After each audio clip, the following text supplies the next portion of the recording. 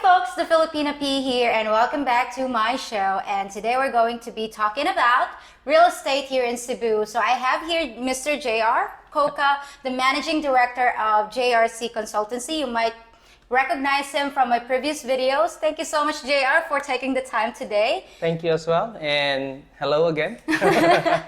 So today, JR, can you share with my viewers the situation of real estate here in Cebu? And by the way, can you explain as well the real estate branch services that your company is offering? I'm a registered and licensed real estate broker here in the Philippines. Good to know. And also a real estate appraiser, licensed real estate appraiser here in the Philippines as well. Why is it that real estate here in Cebu is substantially more expensive than those located in smaller cities? Yes, we are, for the last 5 years, we are on an uptrend in terms of the industry. Cebu is the next major city outside Manila. That's why they are taking a look at the industry, the real estate market, to be one of the leading factors that drives up the economy. So JR, can you buy a property here in Cebu, let's say worth 5 million pesos, about 100,000 US dollars? Can you find somewhere something like that here? Yes, you can. Condominium units, or sometimes what they call apartments. They have several options, but technically it would not be on the central business districts because the cost there are actually relating to almost 200,000 pesos. Is more or less 4,000 US dollars per square meter. Per square meter? Yes. That's a lot of money. That's a lot of money. So how about 10 million? 10 200 million? US dollars? Yes, you may. On the Cebu Business Park, you may have a studio unit there. In IT Park, you're also having a studio unit. You can also buy a studio unit in that particular place. And roughly the area would be somewhat around 22 to 26 square meters. Okay, that's Small. quite tiny. That's a bachelor's pad. Yeah. So you can't invite a horde of Filipinos in your unit because it's quite small. Wow. Okay. You can invite them, but you'll be standing. Or maybe sitting on top of each other, which we Filipinos don't mind. That's a good idea. Yeah, if you notice in jeepneys or buses before, but Yes. this is before COVID. Yeah. But nowadays, I think it's not allowed anymore. So those prices are within the city. Yes, that's within the city limits for Cebu. How about the outskirts of Cebu Island? Yes, a certain foreigner can also get a property outside, but I think it would be good information for your viewers to know what are the restrictions in owning a property. Basically, if you're a foreigner, you are entitled to own a condominium unit.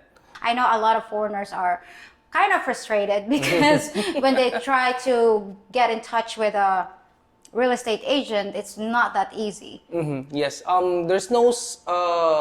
are a lot of available websites that you can take a look at. But the thing is, there's no such thing as, for now, as a unified website in which all the realtors or brokers are putting their listings on it, because in as much as possible, they're trying to get hold on their listings. Okay, so it's like individually run. Yes. Okay. How about zoning here in the Philippines? Is there such thing? There is such thing. Okay, but why is it there is a mansion next to a bamboo shack? I have seen that many times, so I mean, it doesn't make sense. The property value of that house would be affected. Exactly. One of the challenge right now, we have this what we call as comprehensive land use plan. That will be the basis or the mother document for how the progress of the city or the specific area would be running or implemented through the upcoming years. But that CLUP is the basis of the zoning, which is not recently and updated from time to time. That is the challenge, yes. So it's normal for a certain developer, if they can see like a parcel of land, good location, they offer it and the seller intend to buy, and they can actually put a good condominium unit, but at the back of it, that is Yeah. where the opposite story out of it. Right, it's like night and day. It's like this Yes. is heaven and then there's hell, like next to it. I mean, not to exaggerate it, but it actually happens here. But there is zoning, right? Yes, there is zoning. Does it mean if you have a residential property, let's say over here, you're not allowed to put any agricultural like hog farm next to it? Because I know there are a lot of disputes that I have heard before because there are hog farming or chicken farming next to a residential. Of course, the smell. True, that's true. In the city proper, you seldom cannot find it, but it is rampant for rural areas in which certain municipality or area are allowing hog raisers, companies, the poultry farms, but they are starting also to have that one being controlled or restricted because it affected the nearby community. Right, Yeah, because so- it affects the quality of your life. Exactly. And imagine having a chicken farm, hog farm next to each other, and a kennel, like dogs barking constantly, and also rooster. Yes. Lots of roosters here in the I Philippines. think those are the major challenges right now for foreigners who are Right. not used for roosters. Like it's normal here. We can even sleep with them. How about a karaoke bar? So, obviously, it's a commercial So entity. that should go together. The rooster and the karaoke bar. That's a very good combination. But anyway, it doesn't. I It's not think like that. It's the perfect concoction of foreigner repellent. Because I think you guys will be, you'll go nuts if you're living next to that kind of property. But anyways, okay, so you mentioned earlier about it happens more often in the rural area. That's true. Let's say there's a foreigner that will build a mansion. Of course, that's his dream, like having a mansion. But how can he protect his property? What if someone will move in next door with a karaoke bar? So how can he protect his property, or does he have a right to complain? Speaking of protection, I think it will be much more to set on the preventive mode. We would highly recommend to all foreigners when they buy a land, in the first place, they have to bear it in mind that they cannot own the land. Right. So if they're married with a Filipina, seldom that they encounter this, they name the land onto their Filipino spouses. Right. Okay. Granting it's under the Filipina Yes, wife. yeah. So first things first, when you buy the land, do a thorough due diligence. Right. Check the property. What are the history of the property? Check the zoning. Yeah. And that's the first thing that you need to do. And check the CLUP, which is the Comprehensive Land Use Plan of that specific community. And check the initial classification of the land. You have to check within 1 kilometer radius from your point of your dreamland, because you need to factor that in. It's not just like, okay, this is a good property, but you have not checked on it. That is how they can protect the right, because once you buy the property, if I am the foreigner, if I bought it, I have to leave what is there. Right. And that will entail more problem than I do when I do my homework before I buy it. Okay, so let's talk about real estate agents. Are there licensed real estate agents here in the Philippines? Why are there a lot of people selling properties, friends of friends of friends of the owners? So what's up with that?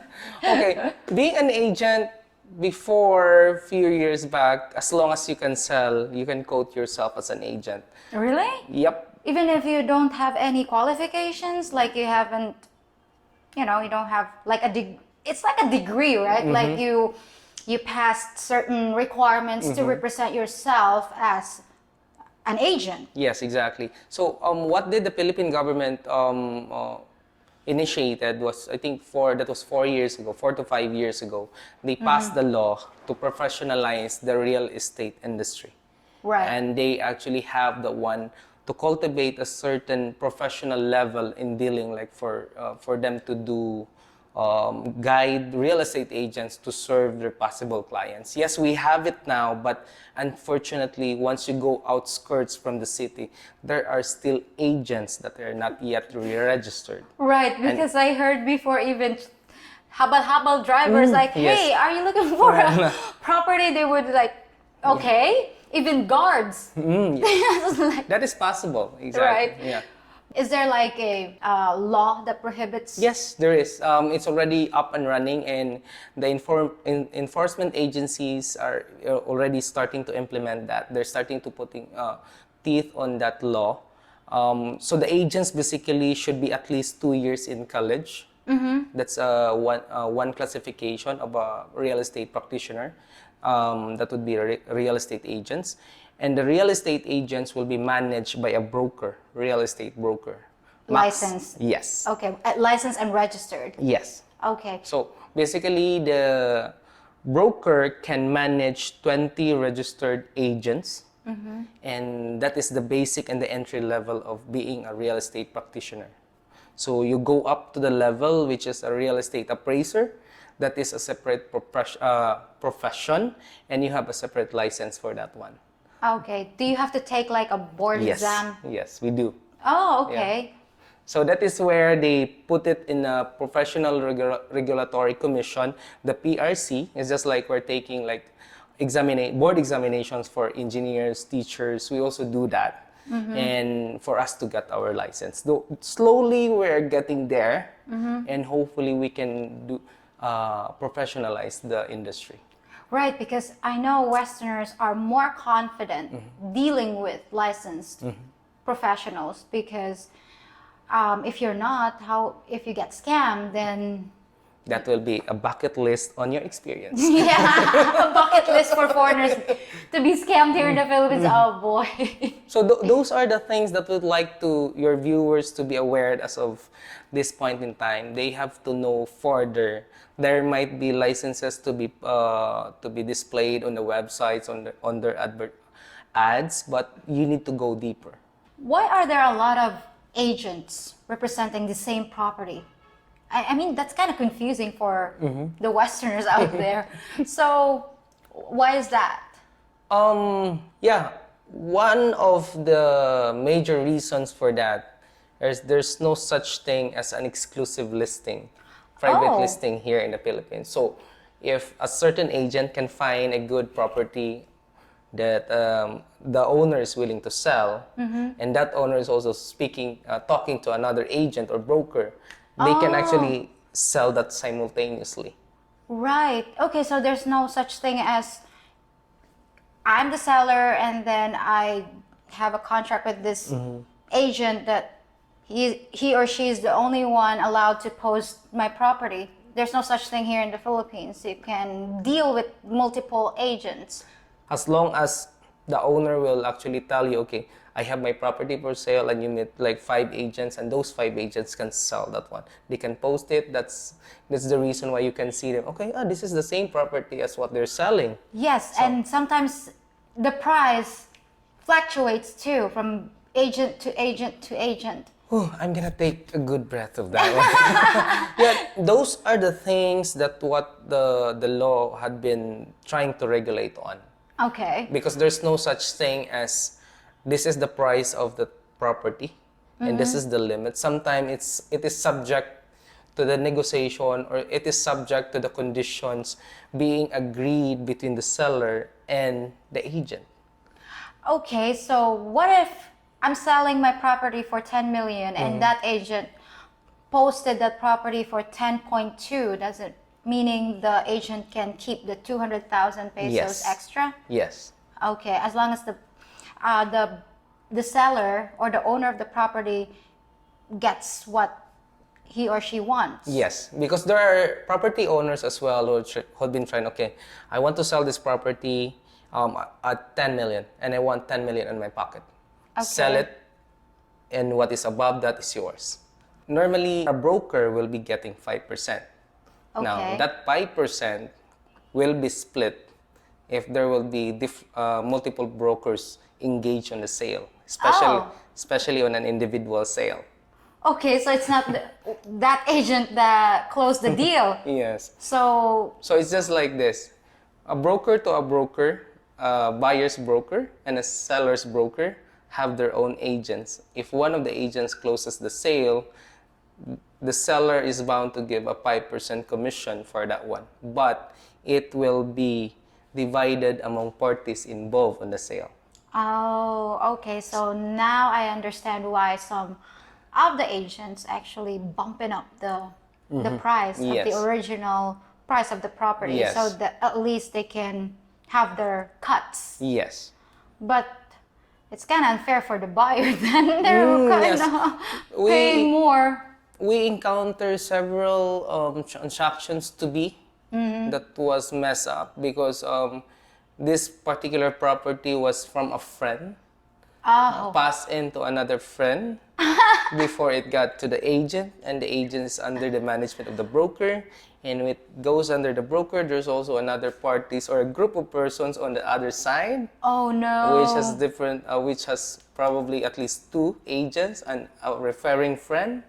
So everybody's like handing out their hands for a cut. Definitely. So basically, if you're trying to sell something, try not to have a lot of friends.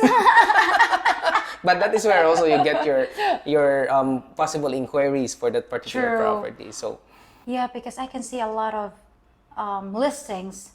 It's like overly priced. It's like, who can afford that in this Yes. part of the world? Basically, like, I was thinking maybe they just put a number and like, throw in random numbers. Like, I want 10 million, I want 20 million. So that is possible.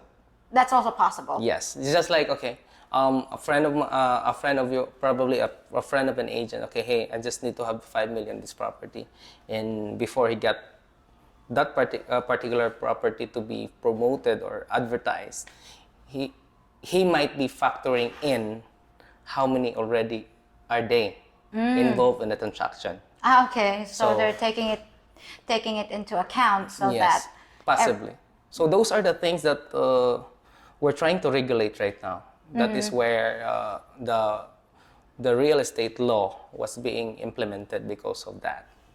So why are the pictures of the listings so bad in the ones that they're posting online? Because there's no details, no dimensions, and also a picture of a faucet or a staircase. Like, come on, why is that?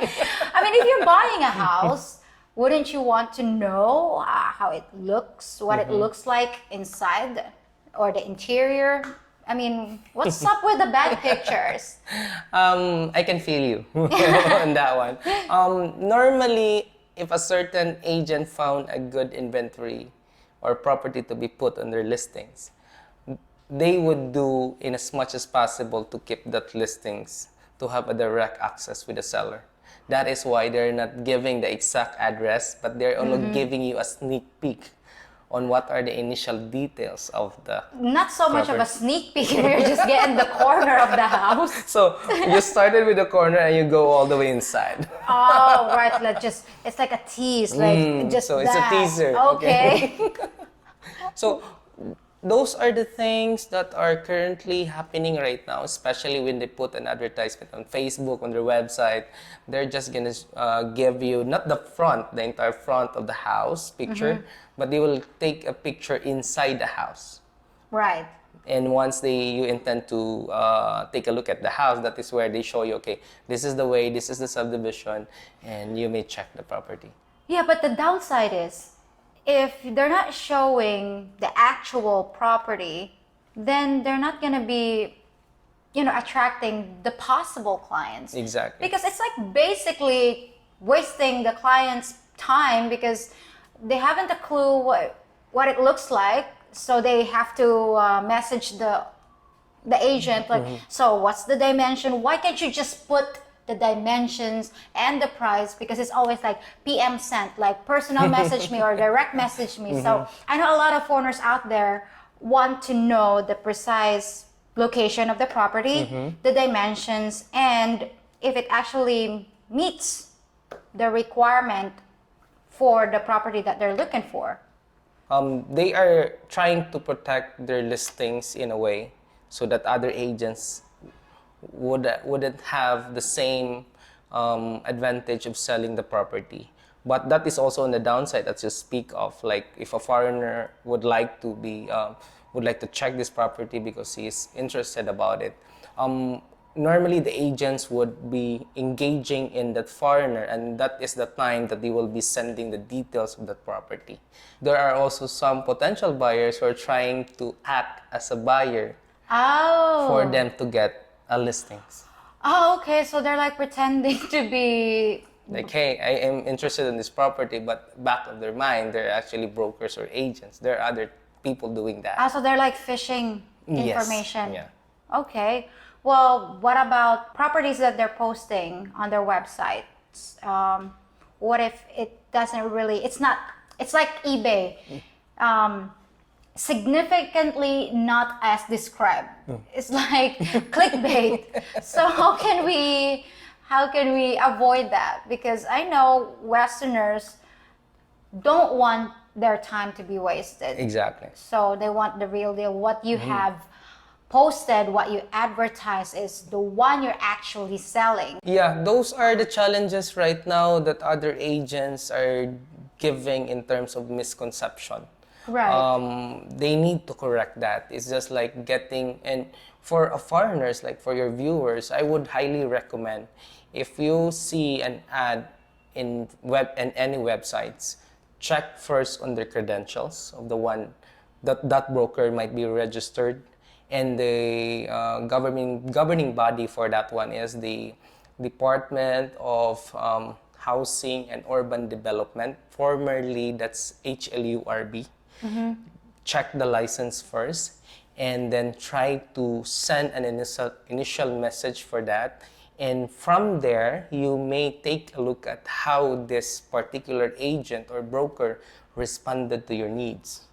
Because there are agents also that will say like, hey, it's better for you to check this property. But for me, Westerners, as I've learned on the visa group that we have, they like to have it like everything is laid out. Yes. How many bedrooms? Even we come up to the conversion of the square foot. Yes. So those Exactly. are the things that we want them to realize. And sometimes we also do a conversion from the peso amount to a US dollar amount for them to see their finances as well. True. And also we are trying to give them an initial computation on how much would be the transfer cost of this property regarding for the transfer in terms of capital gains, documentary stamp tax, and other taxes and expenses for the transfer of the property after they bought it. Right, because you really have to give specific numbers. Exactly. And they don't want it to be changing because, oh my God. That's a big no-no for No, them. no, you have to I have learned my explain. lesson also. Okay. Yeah, because they don't want it because if you do that in the West, you'll be tagged as, shady. That's You true. have to be truthful, especially when it comes to numbers. Lay it out so that they would know. It's like setting the proper expectation. Yes, So that's that they true. know what they're dealing with and how much they're going to spend. And then don't say like, oh, by the way, sir, I forgot to tell you there is extra expense. No, because No. even though you're telling the truth, it will, they will think like, oh, he's trying to burn me. Yeah. So how about property insurance here in the Philippines? What we have here in the Philippines is a simple fire insurance. Oh, we do. Yeah, we have that based on the amount on how much is the market value of a certain property, and any other insurances for that one, nothing. How about None. natural disasters? Because we're very prone to earthquakes. So some of the fire insurance also covers already with the riders for them to have like the acts of God, the flooding, and so on, and the acts of nature, shall they call it. Property insurance would wrap up, if my memory serves me right, it's approximately 1,000 per million. 1,000 pesos Per million for Per the premium. million. For the So- premium of that insurance. is it monthly, yearly? Yearly. Yearly. Yes. So basically, if I have a 10 million pesos worth of property, which is 200,000 US dollars, I'll be paying 200. 200 US dollars for the insurance, property insurance Yes, yearly. yeah. Okay, that's not bad. Yeah, that's covering the fire insurance, shall they call it, and it has different riders in that one, like the Okay. acts of nature, as what I mentioned earlier as well. Is it also applicable for condominiums or apartments? Yes, it is. The condominium building is totally insured, and that is taking good care with the property management or the condo corporation. That's part of their expenses. Okay, so that's already inclusive. Yes, for the entire structure for the building, but a separate fire insurance would be needed on the content of the unit. Like if you have like things that are expensive here, you may insure them on the content of your unit. Okay. So you can't just say, hey, I have a very, very expensive painting if you did not declare it. Okay, so they... It's gone. Okay. Okay. So property insurance is available here. How about property taxes? So that is one of the responsibilities also for a property owner to pay annually the real property tax, or what they call RPT. Okay. So property tax is more or less around 2 to 4% depending on the city or municipality. Okay. So from the assessed value of the property. Okay. So we will do a rough computation for that. For example, we have a 10 million pesos property, and let's, for example, it will be 20% assessed value. So that will be 2 million pesos. And from the 2 million pesos, you take out 4% for that. And that is your yearly real property tax for your property that you own. Okay.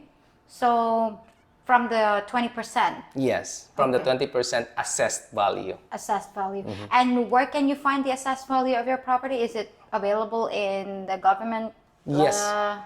City assessor's office? Yes, the assessment of your tax or the real property tax will be maintained on the city or municipal assessors, you're correct. And it is reflected in one of your ownership documents, which is what we call a tax declaration. So you have a title deed and you have a tax declaration. So Okay. it reflected there that if you own a condominium unit of this much, they will compute the assessed value. And from there, for the assessed value, they will be computing your real property tax for the year. So just to clarify, JR, foreigners can't own land here in the Philippines, but they can buy condominium Yes. units. Okay, so even though those mansions in, let's say, Maria Luisa, one of the high-end subdivision here in Cebu, they can't own it unless they put it under their spouse's name. Yes, or if they establish also a company here in which... They can put it under the company. Yes. Because companies are separate entities. Yeah. So that's the only way they can own land here in the Philippines if it's under a corporation. Yes. But most likely, it's common here in the Philippines that's under the Filipinas name. Yes, those are the two common cases or situations in which foreigners are taking a look into right now, because sometimes they get a little bit bored on staying in a building and they want to have their own lawn. Right. And they have to have their own gardens where they can have their breathing space.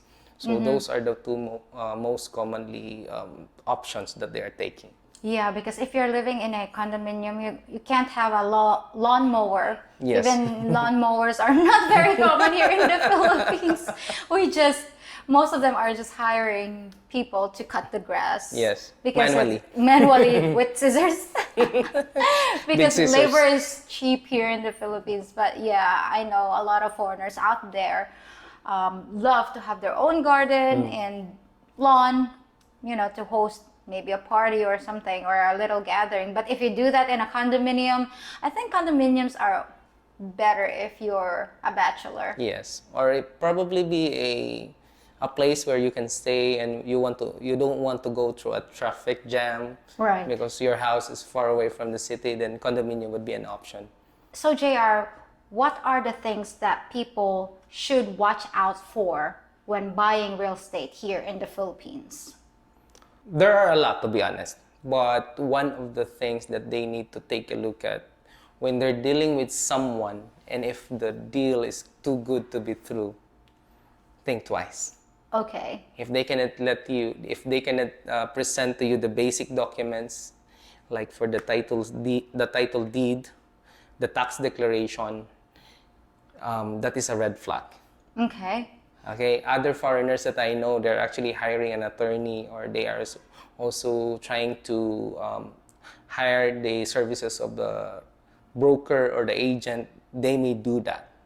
So first things first, if they will be given the title deed and the tax declaration, that should go together, as if that they are husband and wife. Right. So once you have the title deed with you, make sure to verify that those owners are still alive. Okay.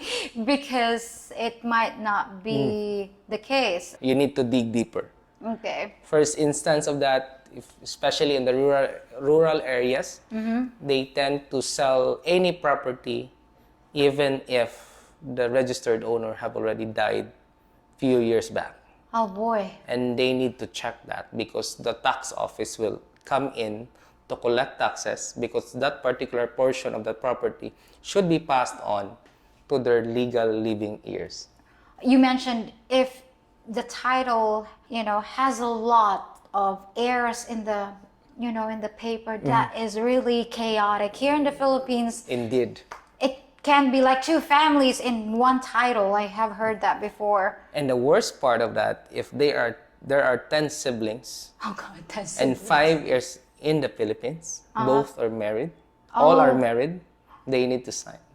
And the other 5 is in the US, they need to get a special power of attorney, duly authenticated in the Philippine embassy nearest them, for them to execute any contract here in the Philippines. That is really difficult. I know why. I think in the West there's only like, if you own that, you own that, like for husband and wife, and that's it until such time as they have to pass it on to their children. Yes. Here it's not like that. If it's a mother title from 19 forgotten and it's not been updated, then the next owners would be the ones. It might be forgotten. It might be forgotten. Is there a title insurance company here in the Philippines? In the West, they hire title insurance company to oversee everything, so that they're sure that they're not being screwed. So, do we have that kind of title insurance company here in the Philippines? As of this time and generation, unfortunately, we don't have that. Oh no. So that is why they need to do their homework. Oh my God, yeah, because I know you guys out there would think, I'll just hire a title insurance company to do that for me. But here in the Philippines, we don't have that. Please bear in mind to do your due diligence and also follow the steps that JR had mentioned earlier about checking all the papers. If you need to triple check that and hire a different lawyer for a second opinion, that would be great. Yeah, please do. We would recommend you to have that one done, probably on a real estate broker, agent, or an attorney. A combination of 3 will be the best option for you. Yes. This might be odd for you guys out there, but what is it about purchasing here in the Philippines cash only? Or do they really expect you to carry a sack of cash by buying a 10 million worth of property? Or is there a way to do it with check or bank transfer? Because before, I have a friend that, he's just buying a car. So it's about like 500,000 pesos, and they're expecting to actually get 500,000 pesos in bills. So I think if you're purchasing a house, financing or bank-to-bank transaction is possible. Yes, correct? it is. There are several ways that the seller can pay off the agreed price of the certain property. Most commonly used at this point of time without so much risk is the manager's check. Ah, okay. So they can do the manager's check. For now, the bank-to-bank transfer is not yet that acceptable because the buyer or the seller would intend not to sign the sale contract unless the transferred had went in to their Right. account. So, and also we have some of the buyers who are still doing the cash on the bank, but seldom can I hear that one recently. Right. So because upon signing the absolute deed of sale, it's like, okay, I have received X amount of money from this That's true. from this person. So can they do that in a bank, saying, okay, here's your money? Yes, they do. Okay. They can also do and execute the signing of the sale contract, and that is the time that they go and exchange. So the buyer intends to pay the agreed amount, and the seller also turnovers the keys, the titles, and all the ownership documents to the buyer as well.